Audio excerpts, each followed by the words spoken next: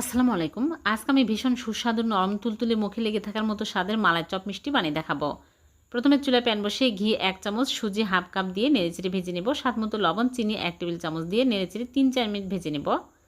Liquid দুধ ১ cup দিয়ে নেড়েচেড়ে শক্ত টাইট করে চুলা থেকে নামিয়ে নেব। চুলা থেকে নামিয়ে ঠান্ডা হয়ে গেলে গুঁড়া দুধ দিয়ে দিচ্ছি ১ টেবিল চামচ, তাহলে স্বাদ হবে। এখন আমি ভালো করে মথে নেব। ভালো করে মথে নেওয়ার পরে আমি এইরকম করে মালাই চপ মিষ্টি শেপ দিয়ে নিচ্ছি। সবগুলো মিষ্টি আমি বানিয়ে নিয়েছি। এখন এগুলো আমি তেলে ভেজে নেব।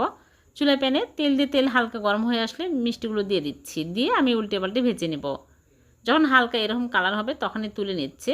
এগুলো তুলে আমি এক সাইডে রেখে দেবো। মালাই তৈরি করার জন্য ১ লিটার দুধ জাল করে ঘন করে নিয়েছি। 2টা এলাচ আর চিনি হাফ কাপের একটু কম দিয়ে নেড়েচেড়ে বলক তুলে নেব। বলক উঠে আসলে আমি মালাই চপ দিয়ে ঢেকে একটা বলক তুলে নেব। একটা বলক উঠলে চুলা থেকে নামিয়ে রেখে দেবো ঠান্ডা হওয়া পর্যন্ত।